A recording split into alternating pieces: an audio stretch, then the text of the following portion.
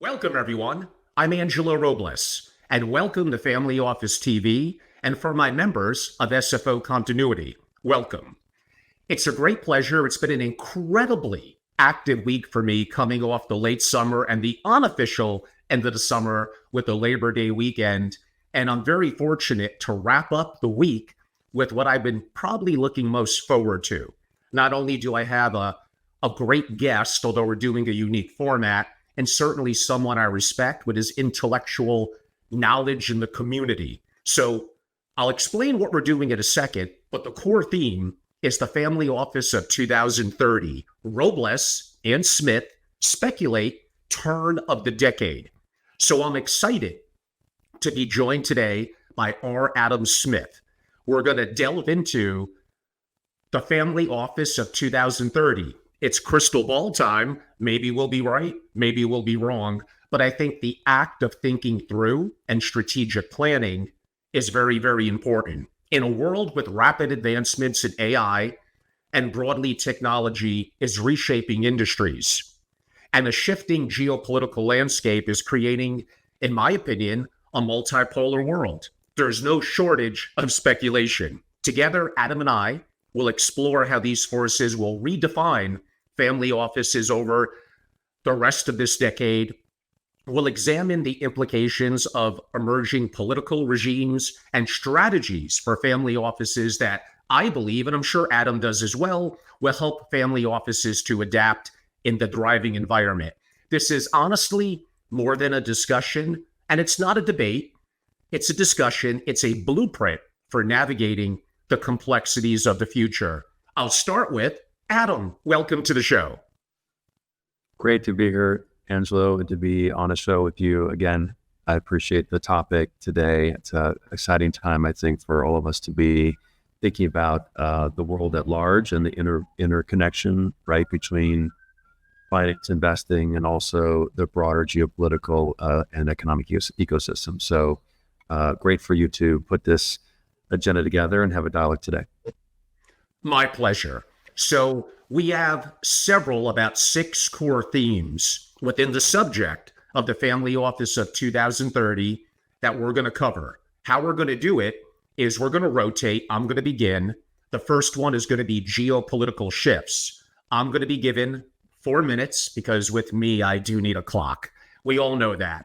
I may shock you on some of these and be under 4 minutes, but probably not on this first one since geopolitical is kind of right in my alley. So I get 4 minutes, and then basically Adam will give his perspective. Again, not in a debate format, simply arguably different perspectives, and that will cause you all to what I think is most important, and that's to think for yourself. So on that note, I am going to wind up my clock, Adam, and I'm going to go first. Here we go. So geopolitical shifts heading into the end of this decade, I think, are going to be radical. There are certain times in certain decades where the remaining 5.25 years may not have that much of an impact. This is not one of those 5.25 years heading into 2030. This will be intense. And the geopolitical landscape is definitely going to be a part of it. First of all, we've been living for the most part in the unipolar world. We all know Bretton Woods. We all know the US dollar. The world is, quote unquote, settles in dollars. And that's been a very important aspect for the United States. We had, of course, our challenges with Russia going back to prior decades, the rise of China. And I'm going to argue not even a bipolar world at the second, but more multipolar. And that's going to create what I could argue are going to be grave challenges. We have China. We have Brazil. We have Russia, we have India, we have the rise of Saudi Arabia. And I think India, although the next 5.25 years, they won't be as impactful, but over time, that will be heavily impactful. So what does that mean from a strategic and investing perspective? Those are some things we're going to get to a little bit later. But do I think most American families specifically are overly allocated, probably 95% plus, to dollar-denominated assets? And would it be good, I'm not saying easier, but would it be good from a risk mitigation perspective to have more diversity? And I think as the world plays out, and the dollar now is about 70% of, let's call it, global transactions, that will get lesser and lesser as the years go on. There will be one day when the dollar is not king. I don't think that's going to happen anytime in the relatively short to immediate future, but I don't think that's 50 years out either. We have regional instability. How will SFOs then navigate the challenges that we're going to be facing? Like I said, in my opinion, US families are, for the most part, overly denominated in dollars. And in hedging risk, what could go wrong?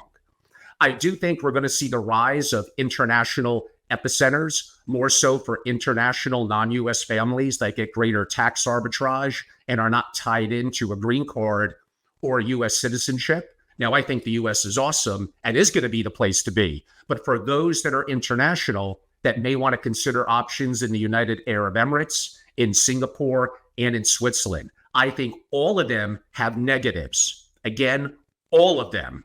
But all of them have certain strengths as well.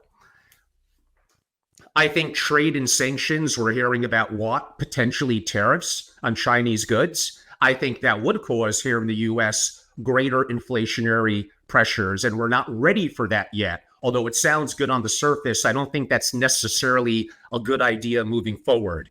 When it comes to things like tax policy, the threat that we're hearing now of taxing unrealized capital gains, that is utterly ridiculous and would be a death blow, not only to the stock market and to a sense of freedom and spirit of the American way of capitalism. I would hate that.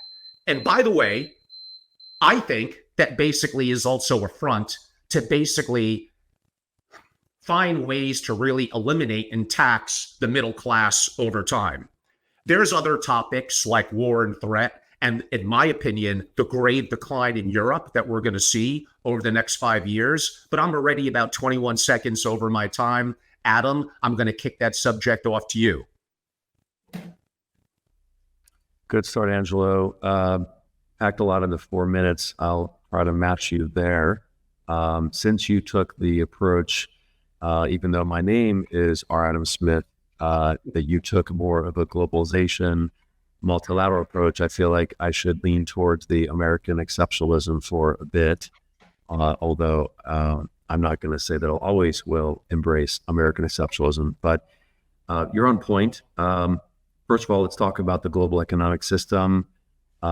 We're in a period of deflation, but with excessive stimulus, as we know from the last couple of years, and that's been an era that has not occurred in that particular way before. So I think there's a lot of economic data that's confusing. There's supply chain issues that are confusing, and as you said, Europe has been a bit sideways. There's a massive amount of costs going through the system with regards to post-COVID, wars, healthcare, infrastructure, tax changes, and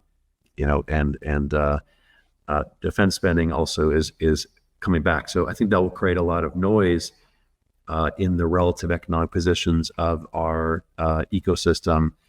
American exceptionalism is still going strong in many views, in the sense that there is no other America that can pull up or drive the global economy, create technology innovation. We're way ahead of the curve for now on technology, especially in chips and innovation in general, and sharing that globally in terms of getting that capital, that intellectual capital out in the world, although there is some protectionism, which we see recently, of course, relative to China and in general, which I don't think is a healthy thing longer term. It's more politically motivated, as you said in previous episodes.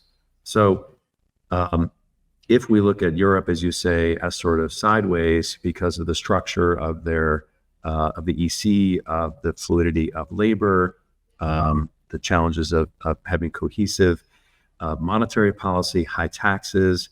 Also, as we may want to discuss, there is a declining birth rate and somewhat of a Malthusian challenge in the world, in the advanced economies. As wealthy countries grow, they tend to have negative growth rates. That is going to become an issue more and more that needs to be looked at by family offices and larger investors thinking about, where is productivity going to occur?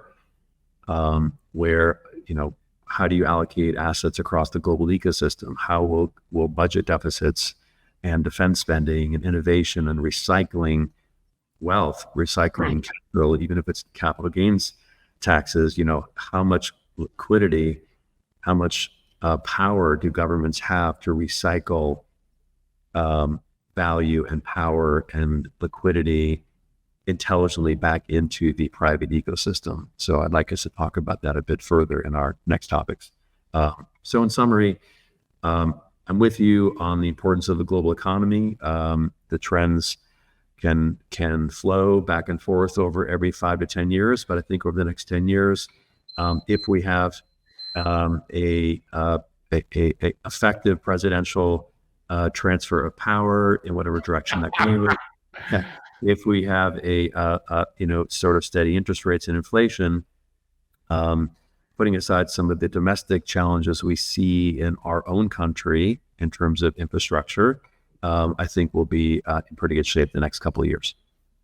Perfect, Adam. Thank you. I'm going to be setting the clock in a second for the next topic that I guess I'll lead on to kind of keep one on, one off, one on, one off.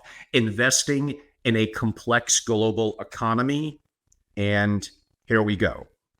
I'm going to do a little bit of a continuation of what I said before, and this will tie into the subject of investing in a globally complex economy. Part of it also is going to be the massive deficit that we have broadly in the West, definitely here in the US. GDP, because of declining populations and a variety of factors, is not getting better. Could AI and robotics impact that? We're going to get to that. And that may be, and also energy issues, all things that we're going to get to. But how are we going to service the debt, which is already over $1 trillion a year, if you exponentially grow that for what's occurred the last couple of years? I can make the argument the debt payments alone, let alone other things like military, social services, are going to exceed what we take in from tax revenue. It's going to be an impossible scenario unless we grow our way out of it. So how does this relate from the investing perspective?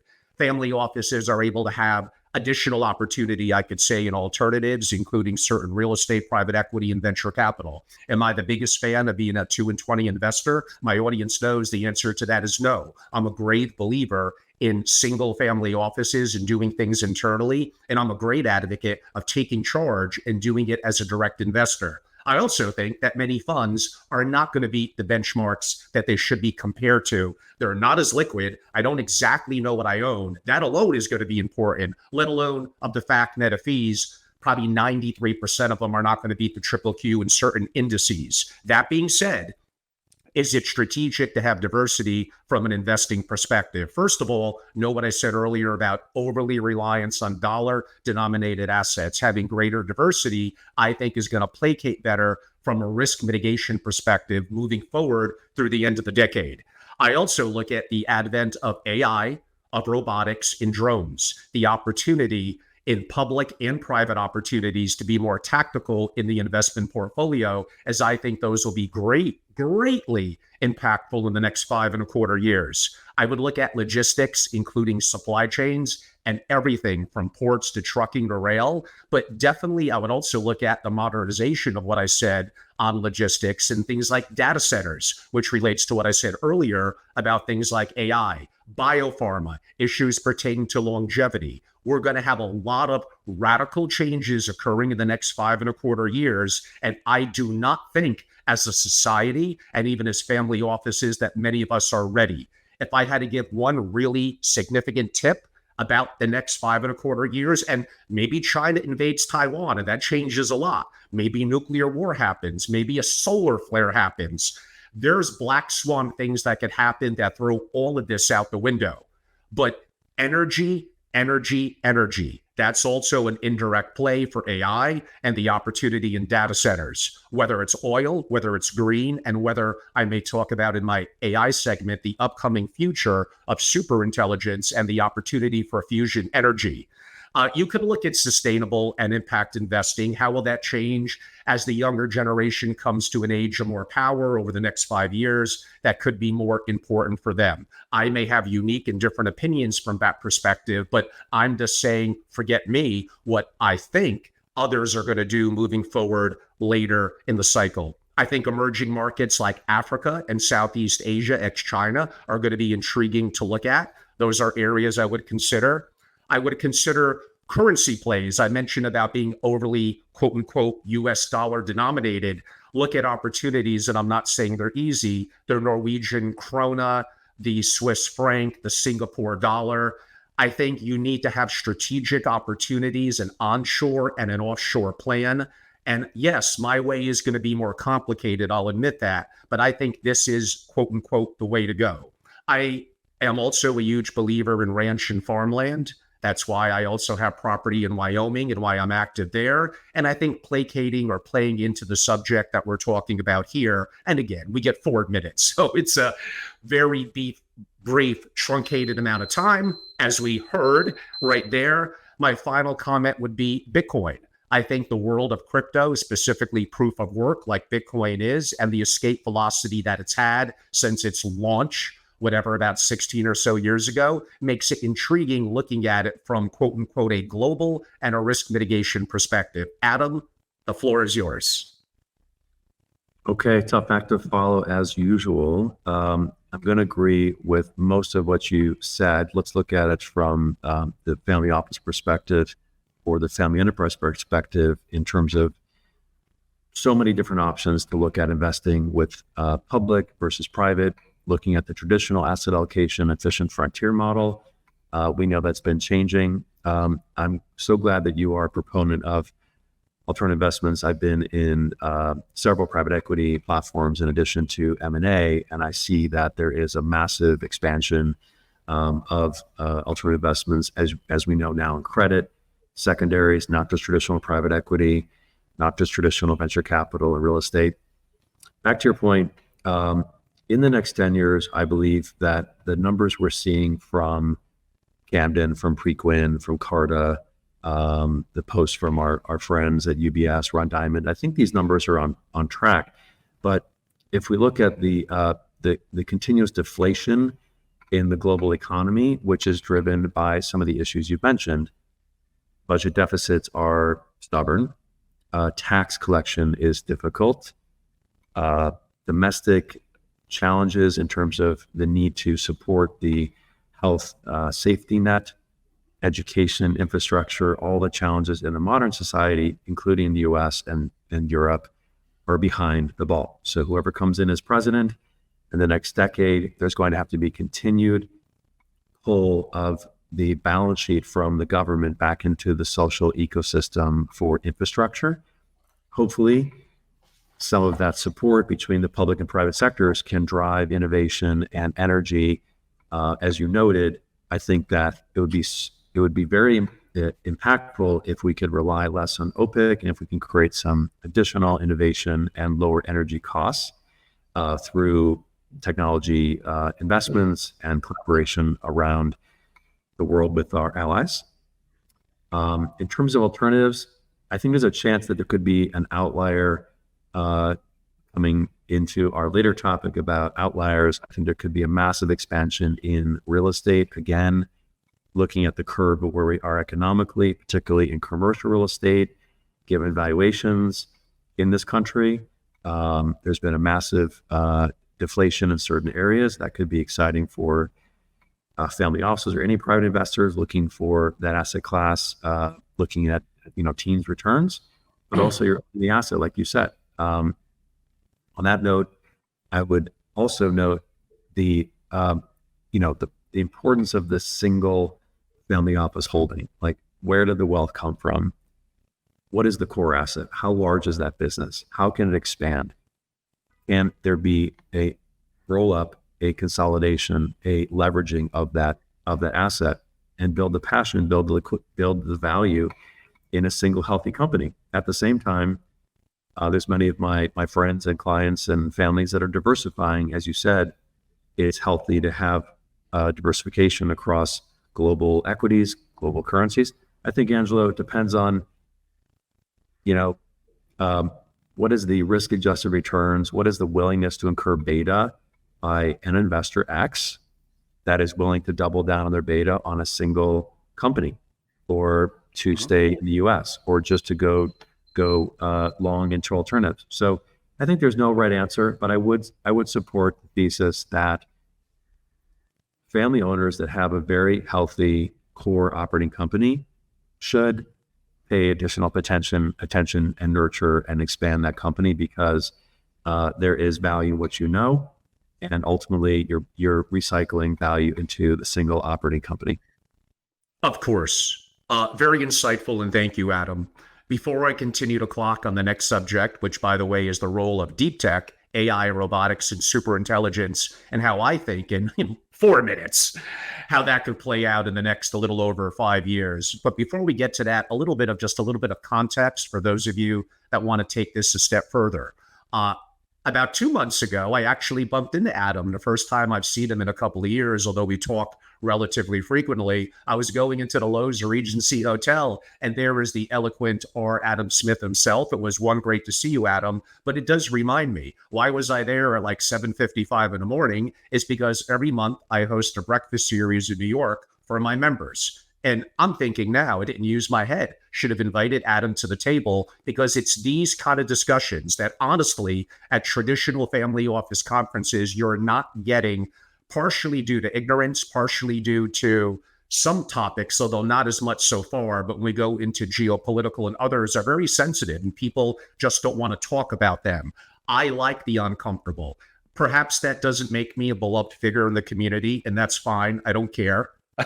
All I care about is, yes, I'm very opinionated. Hopefully I come at it with some deep experiences, traveling the world decade after decade, knowing thousands of families. And Adam has incredible experience as well, and hosts his own podcast that I also recommend that you all subscribe to and listen to. And the opportunity of coming together face to face, nothing recorded, having people like Adam and others surrounded by great and intellectual families, and going hardcore. Sometimes we yell at each other. It's okay, by the way. Don't be afraid. If you want to be a part of that, go to angelorobles.com and simply join. It's 30 founding members, and you'll get some of the real talk going on in the community. On that note, let's restart. I'm going to 4 minutes, the role of deep tech, AI, robotics, and superintelligence. Here we go. So, a lot is going to happen in the next 5.25 years, and practically none of you are ready. Is it possible my timeline's a little off? Sure. I'm not a Nostradamus. I don't have a crystal ball, but I'm going to be right. It is just going to be a matter of timeline. So currently, according to Jensen Huang, the founder and CEO of NVIDIA, the rate of compute power, aka chips, is basically doubling every 1.08 years. Let's just call it, it's doubling every year. If you extrapolate that, and I know it's not linear and things can come up, that'll be 1,000x more in 10 years. What do you think? You think it ain't bad now. It's going to be wickedly incredible sooner rather than later. Do you know LLMs are going to get better and better and better? That is already leading into AI agents. The impact on MFOs and SFOs, we don't have enough time to do a dive into AI agents, but you're going to see billion-dollar companies be founded by singular persons or a small group, and you're going to see dynamic changes and challenges to the workforce brought upon by AI and robotics, and including AI agents. Subscribe to my platform and listen to some of my interviews, including one upcoming on AI agents with a brilliant Silicon Valley expert. I've interviewed Ray Kurzweil. I know a lot of prominent people. I go to Silicon Valley all the time, and I'm scared, but also a little bit excited. That is going to lead its way into AGI probably by 2028 or 29, and that is going to eventually lead to superintelligence, which we may or may not have enough time to get into. That will change everything. It may be a utopia. It may be really, really bad. So now is the time to take advantage of investment opportunities. That's one thing I would say. So AI-driven investment strategies, even without AGI, just simply LLMs getting better, and even to some degree AI agents, is going to get wickedly good. It's going to give some people an edge that are at the forefront of this. The opportunity in robotics, we're already seeing it now with Elon Musk, Tesla, via Optimus, with Figure 2 and others. Shockingly good. and it's getting better and better. The impact in manufacturing, the impact that AI is going to have on biopharma, on tech, on the advent of longevity. Eventually, what superintelligence could likely do to fusion energy, and that will change the whole energy dynamic really around the world. Superintelligence basically means it's going to be a number of times smarter than I think the collective of all the human race. Is that going to happen in 6 years, 10 years, 20 years? It's not going to be much longer than that. And then that is going to be a dynamic change in governments and military, space wars. I could go, quote unquote, on and on. Imagine the cybersecurity risk that you're facing now, and you think they don't know about you as a family of wealth or an MFO. The nation states and others are wickedly smart, and they will come after you. You all have your head in the sand. You're not prepared. The disruption to the workforce, including in the single family office and multifamily office, you will feel it by the end of this decade.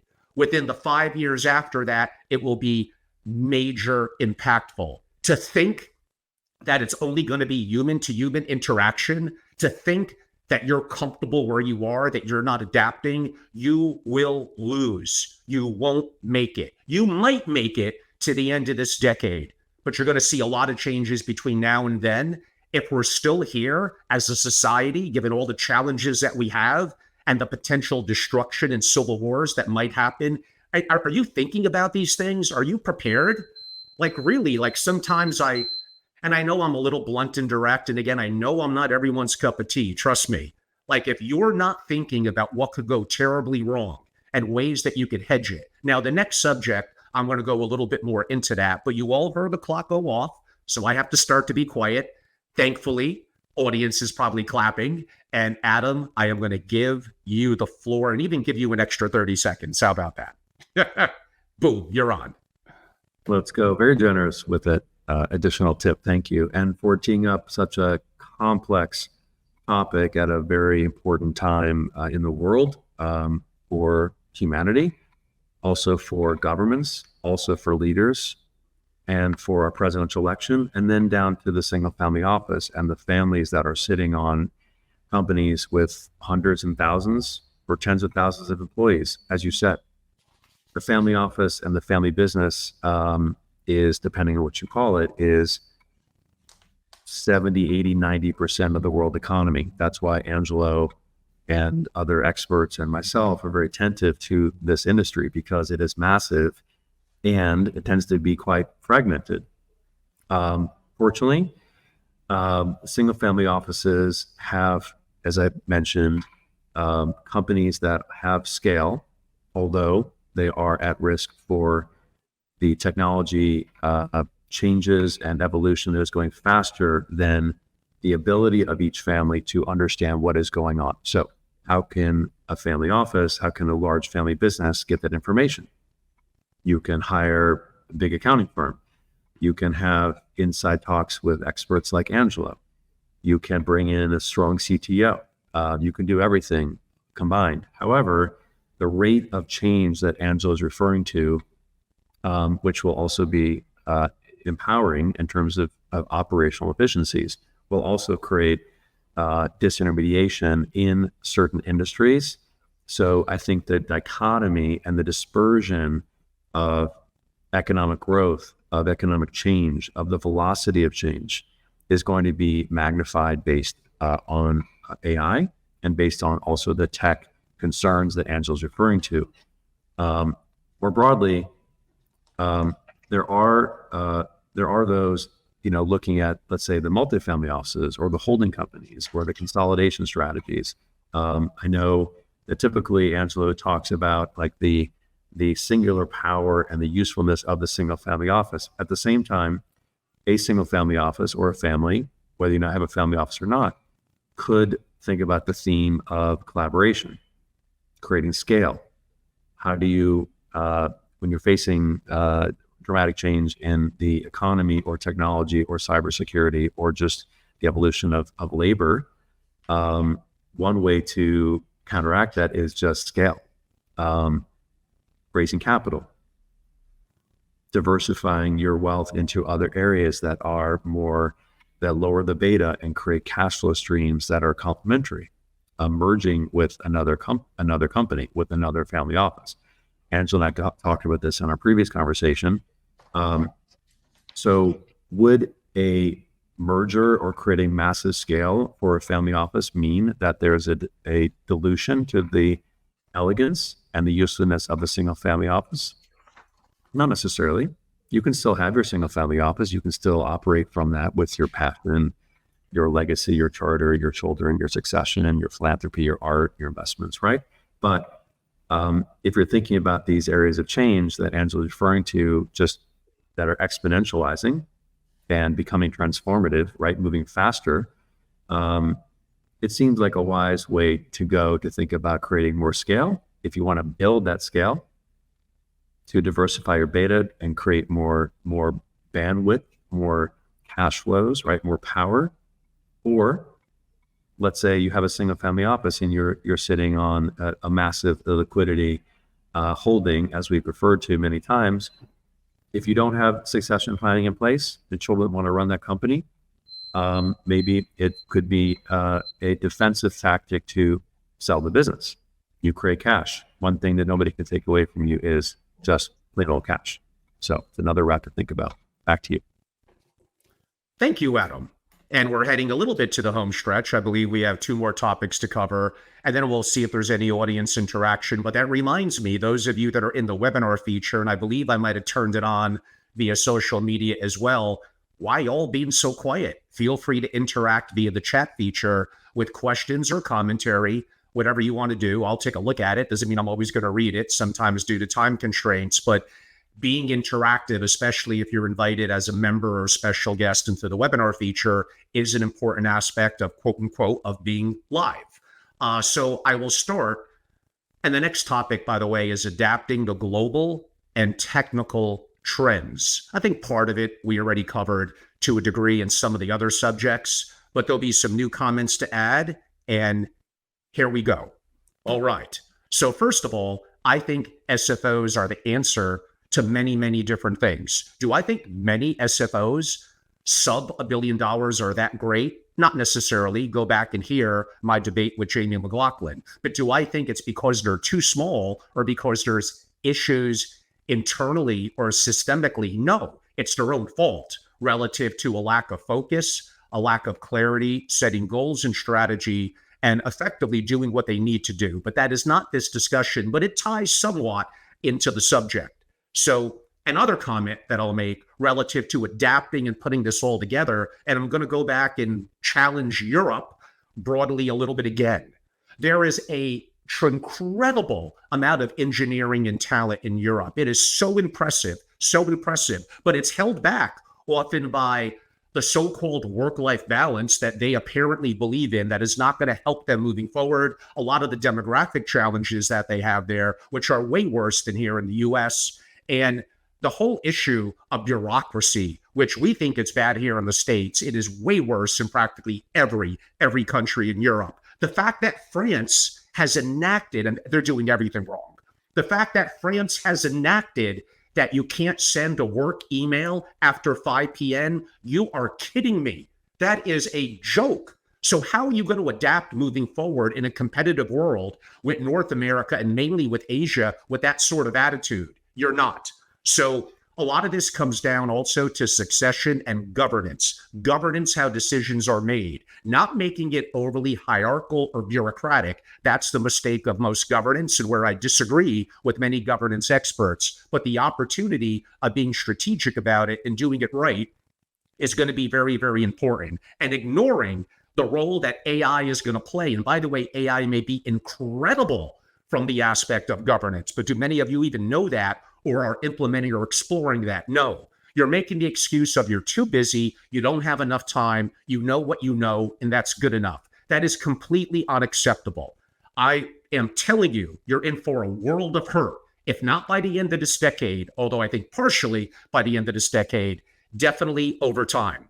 So the disruption that's going to happen to financial services with blockchain, with fractionalization of assets, with the advent of AI agents that I mentioned, And everything that's happening with fintech solutions is going to be radical, and it's happening very, very quickly. There'll eventually be the advent, mainly more so through superintelligence, of products that we don't even know yet. We don't know the dynamics that are going to happen and going to change. And by the way, if you're a CEO or an executive, even in a single, but for sure a multifamily office, and you're currently making decisions based on only historical data, why the hell are you any better than currently what we have with technologies and AI? Imagine a year from now, or more applicably, probably closer to 2027 into 28, as we get closer to AGI, you are replaceable.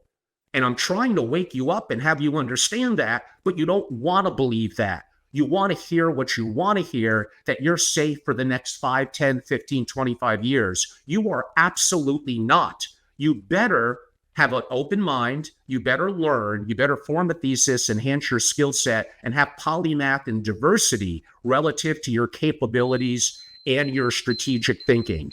The world is changing rapidly. Cyber issues, deep fakes, and all the challenges that we're having are going to interplay, adapting to some degree a more interconnected, multipolar world that I mentioned earlier, and the advent of technological trends that are going to catch SFOs and MFOs off guard. I'm going to make the bold statement, not by the end of this decade, I'll give you that, but within 10 years, the majority of organizations that are family offices as we know them will be either wiped out, totally different than they are now. They're not going to be the continuity that you wanted in your family. I wish I had more time on that one. Adam, pardon me, I'm going to give you the 5 minutes now. In 3, 2, 1, here we go. It's all yours. All right, everybody can start breathing again. I think Angelo's on to something here, but as we know, when there is change, there is more change in the prediction of that change, and we don't really know where it's going to go. But I agree with his trend line that the rate of change with the LLMs, with cybersecurity concerns, with nation-state actors, as we've seen recently, even today, the news with Russia getting involved in some infrastructure of our country and potentially China. That's just spycraft, but it can be effective and it can be distracting. And it also can be a concern for large private businesses and even families that don't have the technological capabilities, as Angelo's referring to stay really at the cutting edge of technology. So, as I said, maybe scale is an answer. Maybe bringing in expertise is an answer. Maybe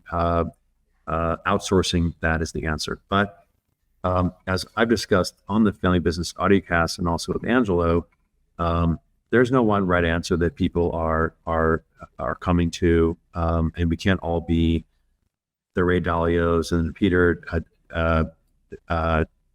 Dimenezes and Tony Robbins and the Deloittes. Like, we can't operate at that level all the time.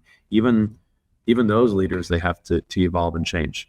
So thinking about the deep tech and then the risks that Angelo's referring to, I'm seeing, again, scale being developed in order to counteract the velocity and the concerns of the change, or creating liquidity to get out of the game and just focus on cash, right? Where you can know it's in the bank, you can share that with your family, you can restart that. Maybe some of the things that are being done, and Angelo and I've talked about this, is reconfiguring the family office from a complex operating business into more of an incubation model.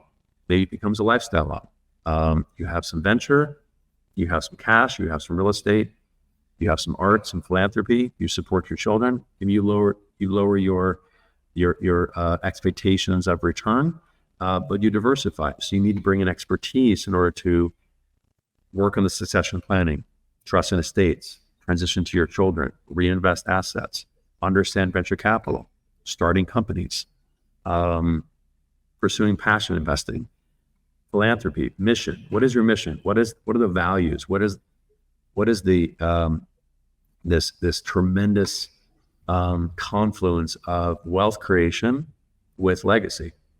What is the original mission of the family office? What are the values and how do they change? So the concerns that Angela's referring to are relevant, but also in making those decisions to address those concerns has to be also considering what is the original mission of the family office in creating the wealth, and where is it now, and who's around to make those decisions, be part of governing and decision making that Angela's referring to, and how much of that is actually worth it.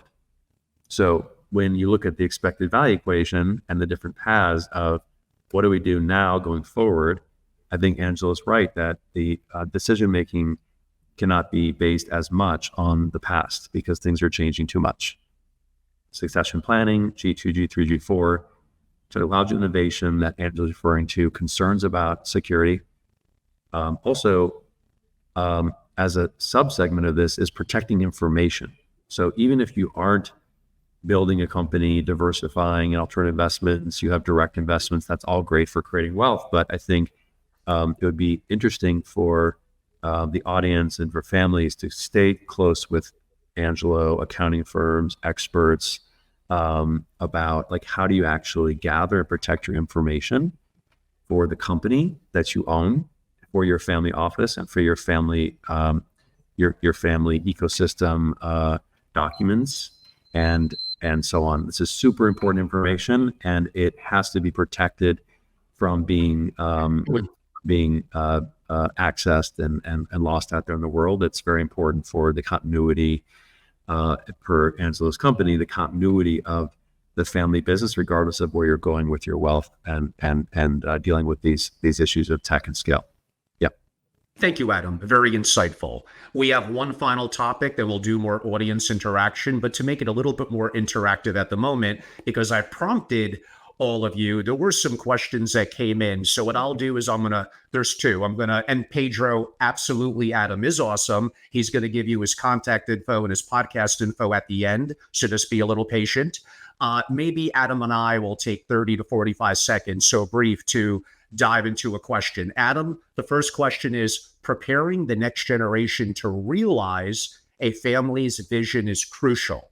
Now, that was from Cliff. It's more of a comment. Broadly, of course, I agree. I think governance and how decisions are made is very important. It may actually become more important in the new age and the world moving forward.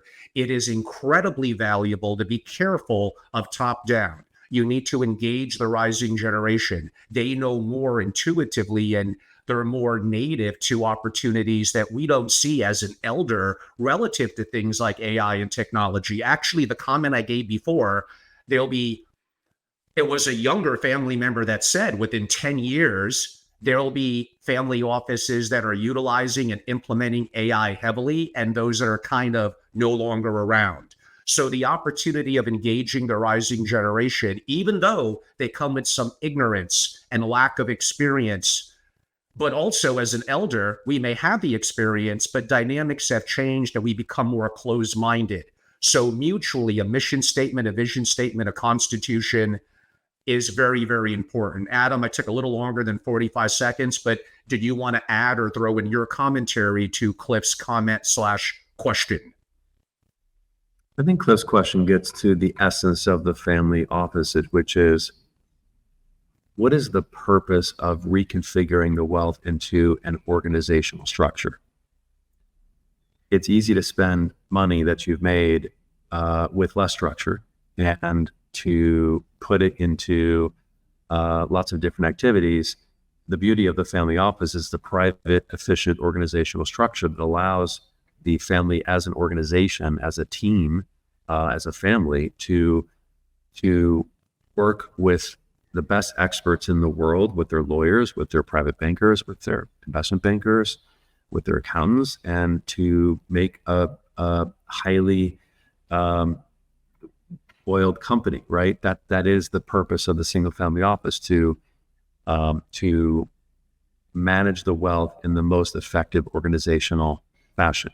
Now, the family's vision, as I was referring to in terms of legacy, in terms of purpose, I think it depends, as I've written in academic articles, and I've had experts, Alfredo Damascus, Angelo, Christina Wing, Massimo Bao, wonderful experts on my show, including Angelo, is, what is legacy? What is the vision? How does it change?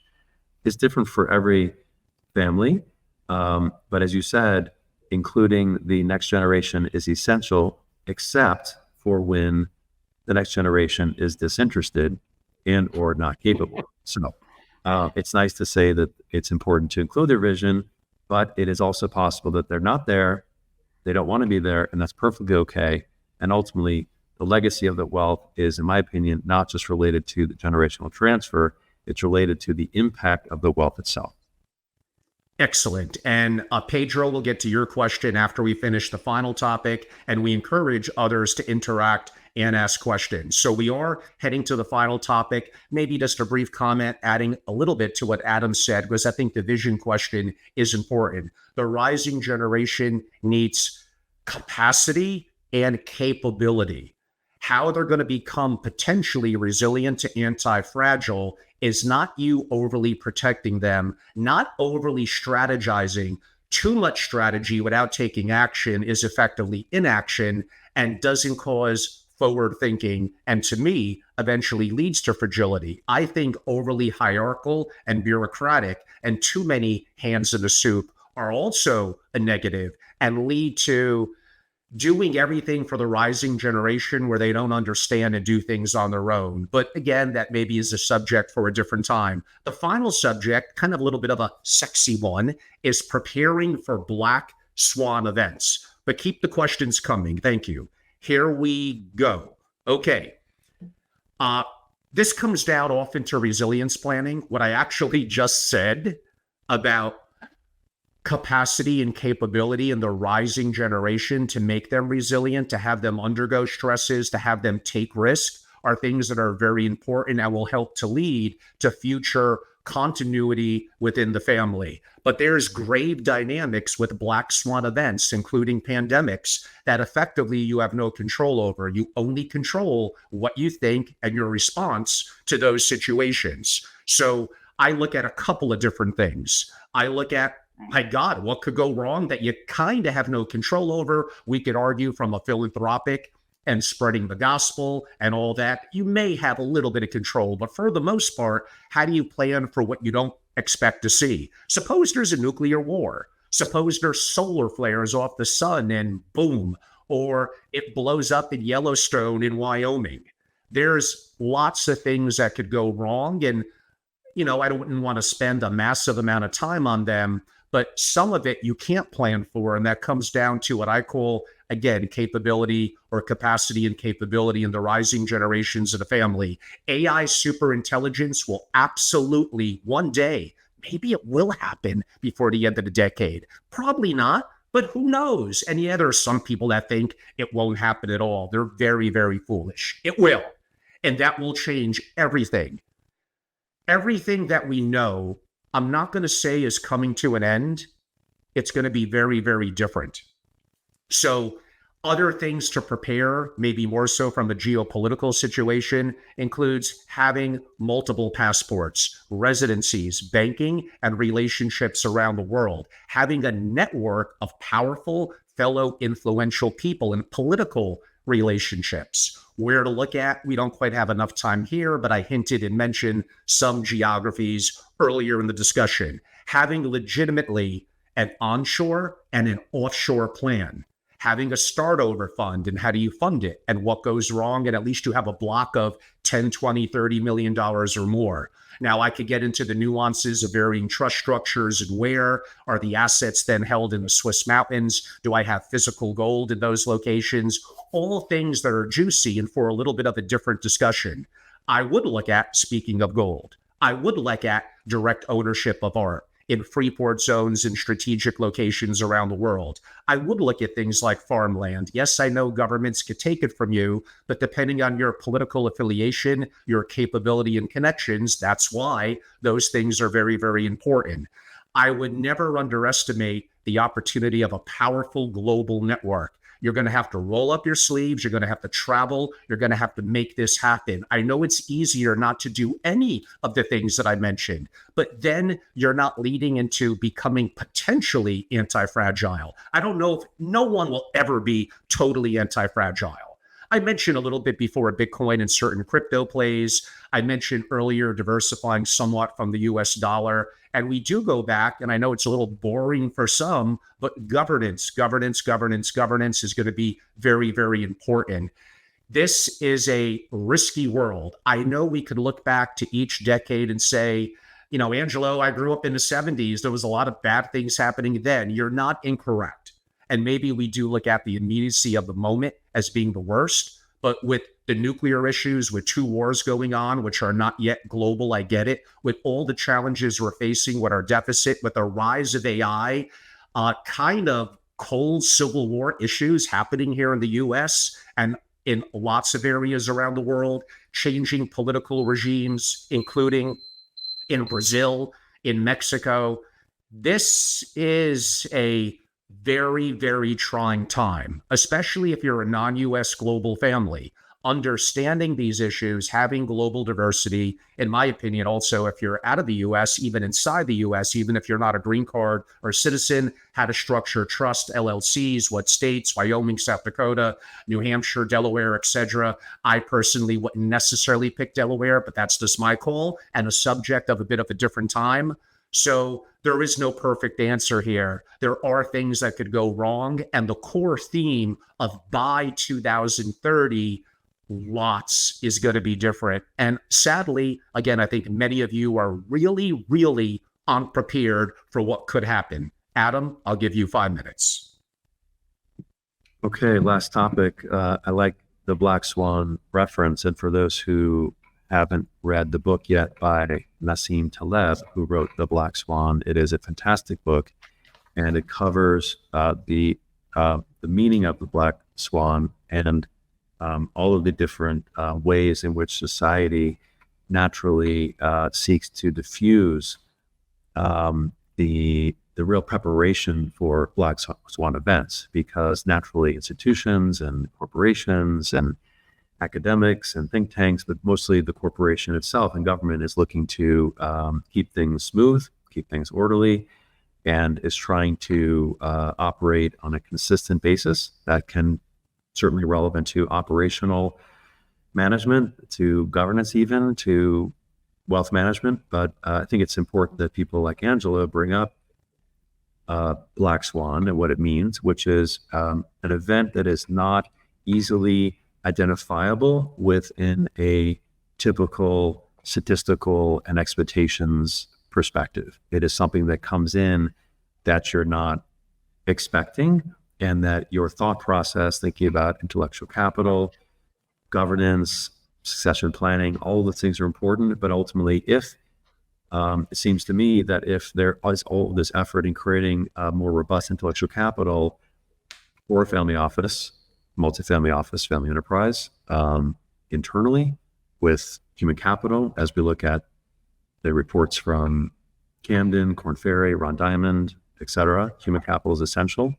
And as Pedro and Cliff said here, is, building up the generational preparation, beefing up your human capital, of course, CTO, that's great. That's only one element.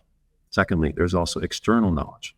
Bringing external knowledge into a family, into a company, lots of different ways to do that. Advisory board, committees, invited guests, strategic sessions, breakouts, summits,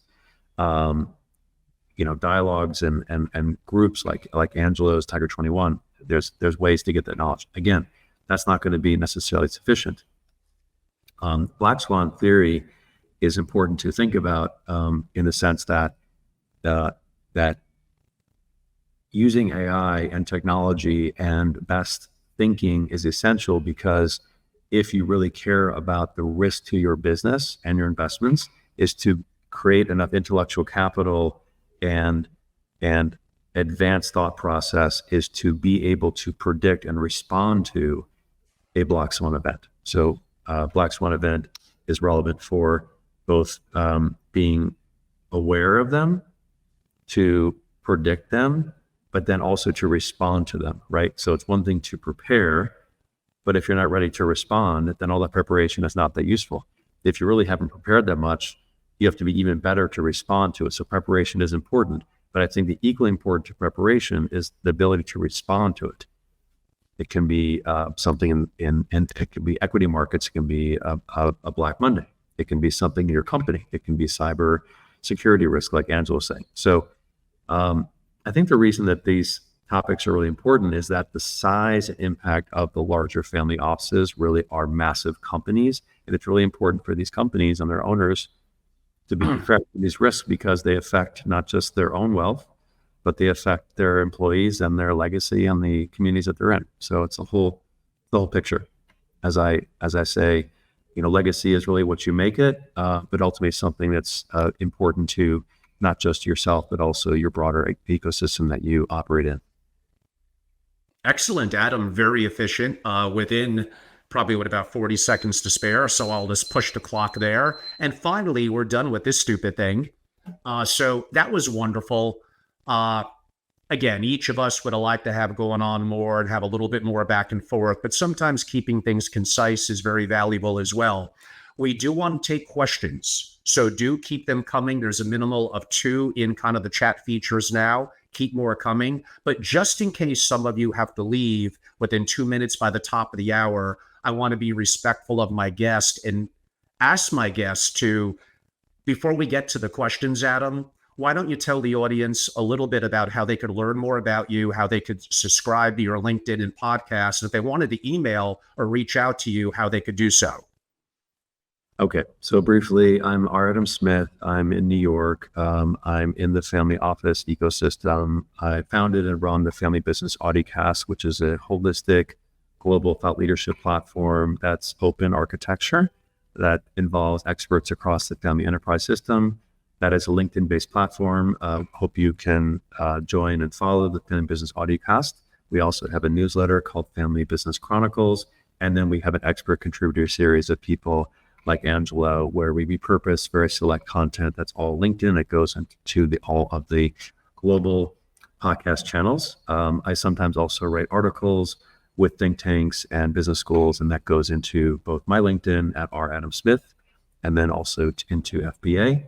My website is adam-smith.com. I'm also very involved in the single family office these days, and we can talk more about that offline. My email is r.adam.smith.2009@gmail.com. I'm very grateful to be on the show today. Thank you, Adam. And we have a minimal of 2 questions. And yeah, someone sent me a note. Angelo, I saw you on Max Pogg's program, Where's Your Trustworthy Cigar? You don't think I have one of my cigars near me. You don't know me. I only do it if a guest is worthy after the fact, or I could go outside and enjoy it. And yes, of course, I happen to have my Monte Cristo right here. That's going to be a lot of fun, because Adam more than earned it. Contributing to my bad habits, though, Adam, what could I say? I'm going to read one of the questions. Fostering entrepreneurship in our children is essential, especially given that 70% of wealth typically dissipates by the second generation, 90% by the third. There are some people that have questioned those numbers and statistics. Read some of the recent work of Dennis Jaffe and others, but let's broadly go with it. There's a variety of factors often built around decision-making, lack of continuity, and absolutely, in my opinion, if the family is not immersed in the wealth, if they're too passive with it, we outsource it, which is why, and I know I anger people, I'm a massive advocate of doing as much as possible internally and forming your own family office, your own holdco, and private trust company, things that I'm personally working on and active with myself. So I'm putting effectively my money, my resources where my mouth is. You're 100% correct relative to entrepreneurship, but I will remind everyone, did Elon create Tesla? No, he purchased it. Did Zuck create Instagram, which is the driving force behind much of quote unquote Facebook Meta now. No, he purchased it. And that was an incredible investment. So you don't necessarily have to start from scratch, which is why I like the potential and the opportunity that direct and controlling interest in private companies could give, even if you're not the founder and creator. So storytelling, putting up on a pedestal the generation that made the money and took certain risk. And this all goes back to certain things that Adam and I have spoken about relative to governance, the advent and the future, seeing around corners, which generally I think that most people in the family office world are abysmal at. On that note, Adam, before I suck all the air out of the room, did you want to comment on that comment question as well? Sure, briefly. As I mentioned, if one cares about the continuity, the legacy, the continuation of a family enterprise and its legacy and its wealth, then absolutely there has to be a higher and higher bar to augment and fortify the human capital side with talent within and externally. So, for example, I think I can see families enrolling their children in higher education courses, Harvard X, executive education, think tanks, Tony Robbins, master classes. I think that continuous intellectual growth is essential internally. Or go on work escapes and different mentorship sessions, and touring other family offices, other companies. Going to business school, going to get a master's, getting a PhD, going to work at a think tank, go to Peace Corps, the CIA, go learn something, bring that knowledge back. Bringing in external knowledge to support that generational transfer of the children is also important in building advisory boards and creating your own think tank, right? Creating a community within the Angelo leaders of the world, not just going to conferences, not just reading McKinsey and HBR, but actually going and sitting down to have human-human interaction that cannot be underestimated and cannot be disintermediated by technology. So what Angelo and a few number of others do is super valuable in today's environment where the rate of change is so fast and the risk is growing higher, the bar is growing higher, is to how to get that edge of intellectual capital knowledge that is not disintermediated by technology. That's usually one-on-one interaction. So Angela referred to building a global network. It's important to get out there in the world. And I think also to augment the human capital internally and then externally and really raise the bar, push the envelope to advance the cause of the legacy, and in turn, probably create higher wealth in as well. Of course, I'm going to agree with Angelo that using that wealth and taking risks to acquire companies that are good deals and good acquisitions is a wise thing to do as a way to fortify the existing wealth. So wrap up on that one. And the only comment I would have on that, because Adam did spark my interest a little bit, and I basically agreed with everything that he said. And I am respectful of intellect in academia and how people could learn. I do think how we learn is changing, and AI is going to be major impactful in that. We're one day heading, maybe before the end of the century, to holograms and more interactive of historical figures based on historical data and extrapolating through synthetic data, as it's called in the AI industry, further information that will make it very interactive.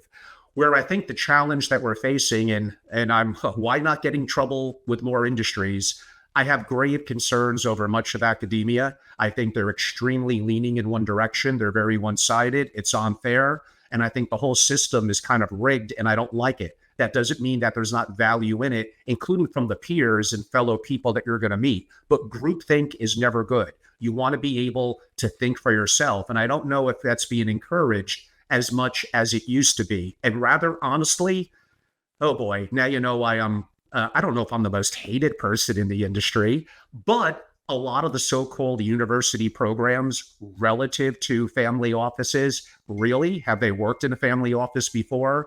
I am generally not impressed.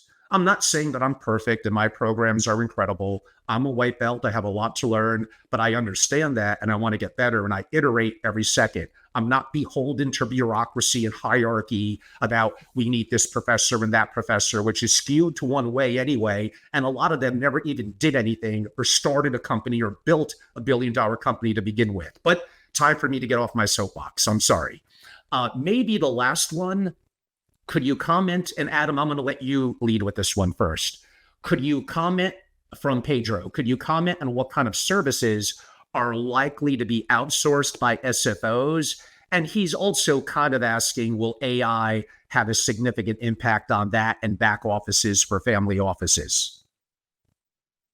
Yeah, it's a very timely question and a tricky one because family offices are growing and they want to build within and build their team and their children, right, to control and incubate and manage that intellectual capital internally.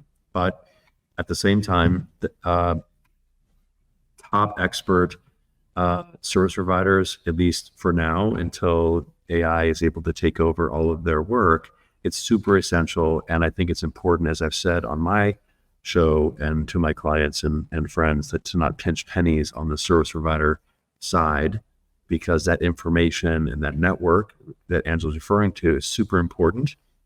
And they're really client centric. They're dedicated to serving their clients and providing the best information at that point in time to strengthen their clients' organizations. It can be accounting, can be information, can be insurance, can be preparation planning, lifestyle planning, offshore ecosystem building and trusts, and risk protection planning, as Angela's referring to in today's global economy. Also, a lot of these larger families, as yourselves, are Americans that travel a lot and enjoy Europe and Latin America, or vice versa. So these service providers are across the key areas super important. I would recommend that, if possible, to hire firms that have a global perspective and footprint. So lastly, think about that, like where you're traveling, where you're investing, where are your assets, what languages you speak, where's your family, where do you like to travel, where is the best place for your trust to be set up. Angela's referring to Singapore, Liechtenstein, Switzerland, et cetera. So it's important that service providers have at least expertise in those geographic areas, if not a team there. So I would add that as well to your question. Thank you for that. And I suppose my answers to them comment on what kind of services are likely to outsource by an SFO. Now, again, I'm a little bit contrarian. I'm a believer in insourcing as much as you possibly could. And that's going to get easier and easier with the technologies and available services and the talent of your people that you should be paying properly, because they're so good in polymath. They're very diverse in terms of what they do. When you outsource, you do lose a level of privacy and control. I don't care what anyone else says. So therefore, if you do need to outsource for a variety of reasons, are there times when you don't elect to develop the internal resources, or you need to, given a given specialty, or it's a commodity where kind of it does come down to price and maybe privacy and control are not quite as important? Sure. So there are going to be a variety of services that may fall under that ilk. So I don't deny that outsourcing and being more global is not important. I just think that it should be questioned more than it is. And again, if you want control and privacy, the single family office is king. We didn't really have time to get into, in the next 5.25 years, what will change in aggregation and reporting, what will be the impact of technology on that, and how AI would impact that. Because many of you have heard that before. Obviously, it's going to get better and better. I think back to 10 years ago, I don't know, there was Archway and Adapar. I'm sure there were others. I know there were. There are way more now. Are all of them going to be here in 5 or 10 years? No, but it creates more opportunity for the consumer and drives down prices. And AI is making a grave impact on those aspects of technology and a tech stack for an SFO and an MFO as well. So yes, AI will be very, very impactful. I hate to harp on what some may deem to be the negativity of this comment. And again, it may not quite happen by 2030, but soon thereafter, there's going to be massive changes. You will not need as many people to do the level of services that are being done now. I don't want to hear you tell me we're always going to want human to human interaction. That is not true. That may be true for a percentage of people. We'll see what happens when the rising generation eventually, quote unquote, takes over. You really better be careful and future-proof yourself, which is going to be hard enough if you know that and are working on it, as opposed to be caught blindsided.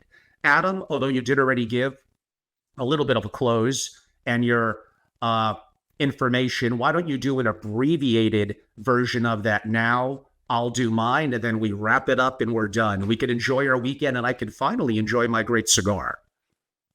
Okay, I'm glad to get you to that moment on Happy Friday. Thank you. To everyone, and I'm pleased to be here and enjoy the higher level and less structured discourse that Angelo provides you all and with his guests. It's really enjoyable, and it provides for a more rich dialogue, I think, than most conferences and shows.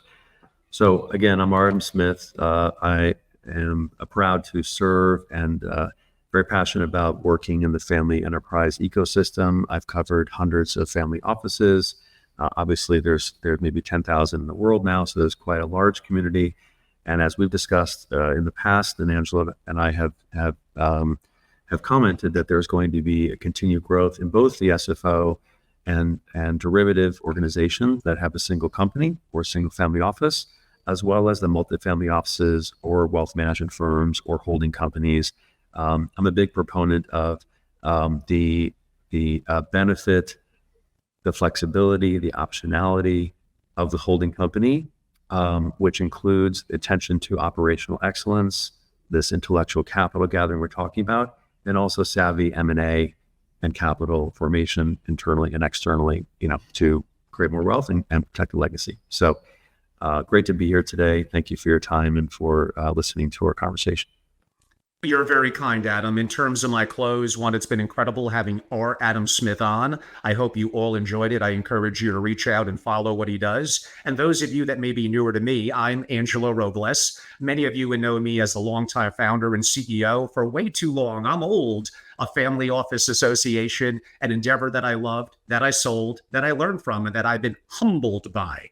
And the opportunity now of being a little bit of a pundit and thought leader, a consultant, running a private membership organization that's very intense and very intimate and boutique-y, coupled with some of my more public-facing platforms like my interviews, which are deemed to be longer form, a little more intense, and going down subjects that simply others, for a lack of a better word, are too afraid to. So simply go to YouTube, follow me on my larger platform at FamilyOffice. Yes, I happen to own that. And at FamilyOffice TV, certainly on LinkedIn. I do have a Rumble where we're going to start to add proprietary content to that. Just go and look me up. You'll find me.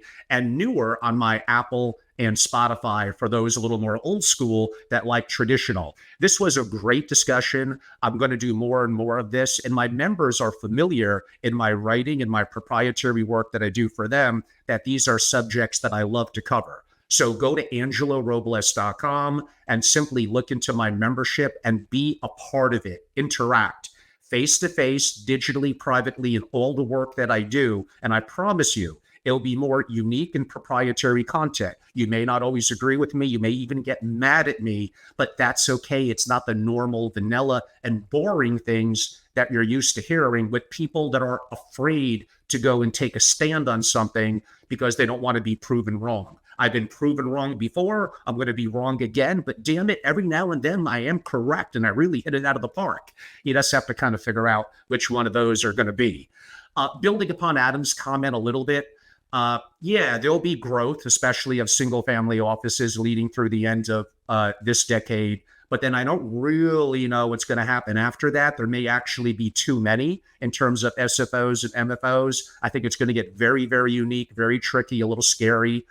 And again, we're going to need less and less people working in them. That is a fact. There is no way around that. You may want to argue my timeline, and you might be right. But the fact of my comment, whether you like it or not, and I'm not going to just give you what you want to hear and give you ice cream if you're an MFO. Many of you know I've been critical of the MFO, so-called MFO industry for a variety of different reasons. at least respect the fact that from my perspective, I'm telling you the truth and I'm not sugarcoating it to get your consulting or other assignment. So on that note, now, don't get me wrong, many SFOs are tired and depleted and not ready for the turn of this decade, and definitely not for what's going to happen in a very unique world coming in the 2030s. There is a chance, if you act on it now and want to be a part of the solution, that you might be able to get your way out of it, but we'll see. So simply go to angelorobles.com and join, become a participating founding member. I am active every month, maybe except for December, with actual in-person programming and proprietary content. On that note, I thank you all. I again thank Adam or Adam Smith. Absolutely go and follow and subscribe. I do greatly enjoy his audio cast. He's had on amazing guests, and I highly encourage you to participate. Adam, you've been a great guest. I appreciate you going overtime with me. Have a wonderful weekend, and thank you, everyone. Thank you.